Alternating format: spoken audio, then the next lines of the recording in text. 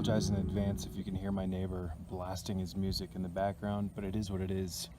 I want to talk about magic in this video and why it is so important. But first and foremost, I want to give an accurate and valid definition of what magic is, because many people don't seem to actually understand what it is. A lot of people, even people who claim to be magicians, when I ask them to define magic for me, they don't seem to be able to just pull it out of their hat, no pun intended. They're not able to, come up with a valid definition immediately. And, that's really the first step, in my opinion, to being able to be a magician. And I'm not talking about magicians who pull rabbits out of hats. I'm talking about magic with a K on the end. If you can't define magic, it most likely means that you don't really understand what it is, because things that you understand, you have solid, sound definitions for, ladies and gentlemen. So if you want to start practicing magic properly, you need to understand what it is. Now, magic can be defined in a handful of different ways. I believe that I've come up with the greatest definition of magic so far that I've ever read. Personally, that's just my opinion. But before we continue, I just want to ask you right now to pause really quickly and ask yourself, what is magic? How do you define it? Because many people are just buying into this idea, this Aleister Crowley quote that's being perpetuated, it's being rehashed all the time, which is magic is the art and science of causing change in conformity with the will. So basically that translates to, creating change in your external world by using your internal world, so to speak, your will. That's a very simplified and layman's definition of something that's hyper complicated. Defining magic and, defining Crowley's definition of magic, I could spend hours doing that, but that's what most people use as their own definition of magic. Magic is much more, ladies and gentlemen, than just causing external changes. So again, I would love for you to pause really quickly and write out, what is your definition of magic? So again, we have to keep this video a little on the shorter side because I don't have much space on my phone right now, but we already have multiple hours of videos here on the Patreon page where I talk about magic and what it is. But hopefully you have written out some definitions of what you believe magic to be. I'm going to give you my definition right now, and this is off the top of my head. I don't have some, a copy and paste exact definition that I'm going to pull out of my head, but magic, ladies and gentlemen, is a set of tools that we can use to induce self-evolution. We can use magic, we can use rituals, we can use things like pentagram rituals and hexagram rituals, we can use planetary magic, we can use candle magic, etc., to force ourselves into our own evolutionary process where we grow, where we leave behind unnecessary and non-beneficial aspects of our psyche that are no longer benefiting us, where we can throw ourselves into change. That is what magic first and foremost is. Magic is the art of evolution, self-induced evolution of the mind. It's you learning to become a master of your reality by you getting control over your thoughts, over your mind, you name it. And that's why any great magical system, the first thing that they have you do, ladies and gentlemen, is gain control over your mind. And you do that by learning to freeze your mind. That's why for years now I've been telling you of the importance of learning, ladies and gentlemen, to do the thoughtlessness exercise. This is also known as freezing the mind. If you can't freeze your mind for 15 minutes without your body and your mind being totally agitated, how are you going to be able to materialize something in the material realm, which is what most people seem to approach magic for? They approach it for very selfish reasons. They don't approach it for, as a set of tools, so to speak, to induce change in their lives so that they can become better people. Most people just want money. Most people just want a car or something, so they approach magic from some law of attraction, copy and paste Hollywood standpoint. It's ridiculous. So magic, again, ladies and gentlemen, to keep things really simple, is a set of tools. It's a system of tools and rituals that we can use to throw ourselves into states of consciousness where we are forced to make changes in our psyche, in our bodies, in our minds. All magic exists, ladies and gentlemen, in the mind. So working on the mind, that's step number one. In fact, all that stuff on materialization, using magic to materialize things, it's done in the mind.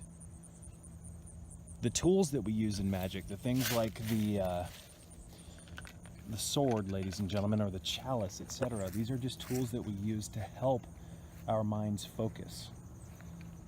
So our minds here in the material world, ladies and gentlemen, are so dominated by our programming that we need certain things like the magical weapons to help us focus.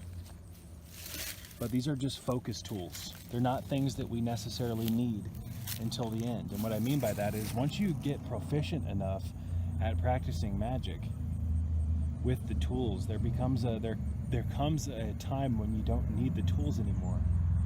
I carry my magic temple around in my head. It's called my inner temple. We've talked about the inner temple extensively here on the Patreon page. I'm not going to rant about it, but if you want to learn more and you haven't seen those videos, you've got to watch those videos. I have hours of footage here on the Patreon page about magic that can benefit you greatly. In my opinion, the stuff that I'm talking about in regards to magic is 10,000-fold more beneficial than the magical content that you're going to find in these modern books that are like just totally filled full of superstition and mental illness. The average author on magic doesn't know what the hell he or she is talking about, and it's just an embarrassment. So I've spent a large majority of my life not only studying this subject, but applying it to my life, practicing it, and I've gotten to a point now that I'm like 31, I think, 31 or 32, where I know what the fuck magic is, I know what it isn't, and I can see people who are just into it to try to make money, and that's what you see nowadays with many of the modern authors on magic. The best author that you're going to find nowadays is Philip Cooper. I've shared with you The Magician. I have a PDF file of it here on the Patreon page. His book, The Magician, it's great. It's a solid primer. His book, Basic Sigil Magic, there's so many of them. But that's who you want to start reading. And I would suggest reading his materials in conjunction with my videos. Start doing the inner temple, start freezing the mind, start utilizing these tools. That is what magic is. Magic is like a psychodrama for the subconscious mind. We put on the robes, we use the incense, we use the holy water, we use the elemental tools, we decorate our temple with specific colors pertaining to specific elements or planetary spheres. We do all these things, ladies and gentlemen, because it throws the consciousness into a semi-altered state where we can speak directly with our subconscious mind. The key to magical power is learning how to shift the assemblage point. It's learning how to shift your consciousness, ladies and gentlemen, into these semi-altered states so that we can speak directly with the more intimate and ancient parts of our brain and our biochemistry. That is why these magical tools are so effective. That is why we need an altar, and that is why we use these things, ladies and gentlemen. It's so that during the initiatory phase where we're learning how to take control of our mind, we have these specific tools that can help us throw ourselves into these altered states. I hope that makes sense. You need to pick up a book also called Liber Null and Psychonaut.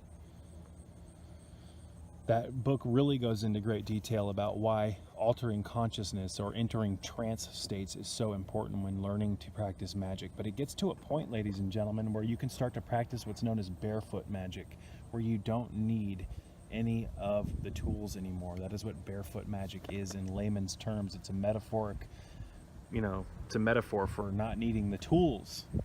But I highly suggest embracing the tools as you get into this, and even I still use them. So the tools can help you.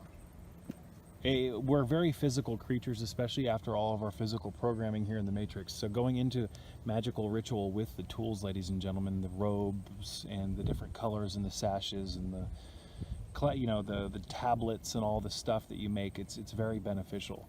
But in layman's terms, magic is a system. It is a elaborate, beautiful system of different tools that we can use, rituals, meditations, etc., that we can utilize and practice that helps us become greater people. We become greater versions of ourselves when we force ourselves into the right parameters that cause self-induced evolution. And it is a totally evolutionary process, ladies and gentlemen. Practicing magic, if you do it the right way, causes you to make changes in your life to become a better person. And any magical system that does not inspire you to do that is not a good quality system. I don't know what's going on with my camera right now here, folks. Bear with me. Any system of magic that just promises that, oh, you make a contract with a spirit and, you know, give it an offering and everything will come into your life, that's bullshit.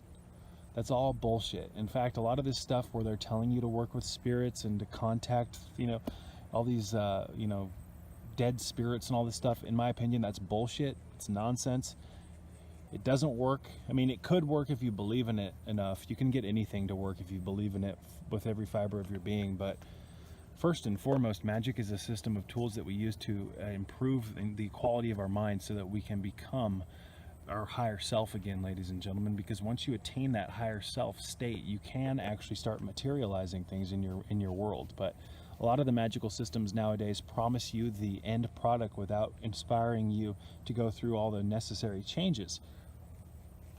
So they tell you, for instance, if you just think about having that new car for long enough, it'll come into your life. They don't teach you to go into your mind, however, and locate the belief systems that are, you know, causing you to have poverty consciousness, which at the end of the day is keeping you from attaining that vehicle. They don't inspire you to make the changes. So, again, not to be repetitive, but magic is a system of tools, rituals, meditations, etc.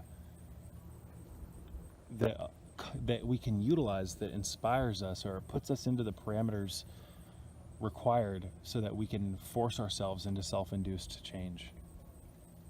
It forces us to enter into these vulnerable states where we become more in contact with the more intimate parts of our mind. Because right now, ladies and gentlemen, your mind is dominated by your conscious mind. What is going on with my lighting? You operate throughout the day in your conscious mind. Well, when you go into the magical temple, when you do things properly, when you start doing the full body relaxation exercise, etc., when you do the inner temple exercise, you put yourself into a more vulnerable state where the parts of your mind that you don't normally use during the day you start to stimulate them while you're conscious. Everybody stimulates these regions, but more often than not, it's right before you fall asleep. You stimulate these regions of your brain that you stimulate when you enter into your inner temple and whatnot. People do stimulate these regions of their brain, but it's more often than not right before they fall asleep. So you can enter those states, however, while you're conscious and not just before you go to sleep. That's when most people experience their deepest relaxation. It's right before they fall asleep and while they sleep. But you don't have to be asleep to experience those. You can start to directly enter into those states through magical trance, magical rituals while you're conscious, and then you can actually go into those states of consciousness and learn about yourself and make changes in your life, in your inner world. This is a very, very simplified definition of a rather complicated subject, so I apologize if I did not hit the nail on the head in every front. But again, ladies and gentlemen, always remember that any system of magic, any grimoire, any book that promises that you can just have whatever you want without doing a lot of work, it's a lie. And any author that tries to tell you that you don't have work to do, complete liar. There is so much work that has to be done. I have spent years going into my mind, ladies and gentlemen, and isolating the foreign installations. We've talked about what those are. I'm not going to get into it in this video. There's so many things that I've talked about in prior videos that you need to familiarize yourself with so that you can make sense of what I'm talking about now. All of these videos depend upon one another, so please go back and watch my videos on the assemblage point. Go watch all of my videos on the inner work that I talk about, ladies and gentlemen. All of these videos are crucial so that you can understand what the hell it is I'm talking about, especially when it comes to magic, which is one of the most misunderstood subjects ever. Magic allows you to be a creator, a co-creator of your reality. But you don't just step into the ritual chamber with your robe and carve pentagrams in the air and have some miraculous change. No. You go into the ritual room, you start doing these rituals, etc., because it puts you into a specific state of mind where you can access more of your mind. And through accessing more of your mind, you can attain greater states of communication between your conscious mind and your subconscious. And we know that the key to materialization or any magical state, it's the subconscious, folks. Magic is the art of learning how to communicate information to your subconscious mind. We could define magic in a million different ways, but I think the most important definition, at least now for people, is that magic is a system of tools that we can use to become a greater version of ourselves. And what is the greater version of ourselves? Well, that's the version of ourselves where we have more communication with our subconscious mind. A lot of the problems that we experience here in the material world, ladies and gentlemen, if I can speak today, are directly linked to a lack of proper communication with our subconscious mind. So, in symbolism, in drama, and all of these things that we use in magic, the smells, the elemental weapons, these are symbols, and we know through research that symbolism, to a large extent, is the language of the subconscious. So by using the symbols, you're speaking to your subconscious. So anyways, ladies and gentlemen, just a brief definition. I'm going to wrap this one up because it looks like I only have a little bit longer before this battery is used up. I love you all, and may peace be with you. I wanted to personally thank you for watching my videos and contributing to the growth of my channel. I could not do this without you, and your interest in my content is truly what motivates me and fuels my passion for making these videos and spreading my message. So thank you from the bottom of my heart. I wanted to remind you that this channel is a free educational tool that is listener supported, and if you would like to donate to my channel and donate to my cause, help make my life a little bit easier and help keep the lights on around here, you can do so by checking out the links in the description box below. There's a handful of not only ways to donate to my channel, but I also have links to different websites and different videos of mine, as well as my Amazon store, where you can check out a plethora of different health-related products that I use and recommend. So once again, ladies and gentlemen, thank you so much for your continued interest in my message, and until next time, peace be with you all.